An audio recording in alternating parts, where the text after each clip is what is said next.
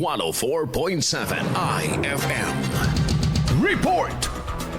Activated na ang Oplan Paalala Iwas Paputok ng Bureau of Fire Protection Region 1 kahapon. Ayon sa BFP Region 1, naglalayo ng kampanya na maging maingat at magkaroon ng kamalayan ng publiko sa paggamit ng mas ligtas at alternatibong pampaingay kaysa sa mga mapanganib na paputok tuwing pumapasok ang selebrasyon ng Pasko at Bagong Taon. Sa pamamagitan umano nito ay maaaring mapababa ang aksidente at disgrasya sa paligid. Namamahagi rin ang tanggapan ng mga turotot sa mga paaralan sa rehiyon bilang pagsuporta sa ligtas na selebrasyon ng Pasko at Bagong Taon. Patuloy naman ang mga isinasagawang paglilibot ng BFP sa kada local government unit sa rehiyon upang patuloy na abisuhan ng publiko at maipalaganap ang paggamit ng alternatibong pampaingay ngayong holiday season. Kasama mula dito sa IFM Dagupan, ito si Idol Juana De Vera, Tatak IFM.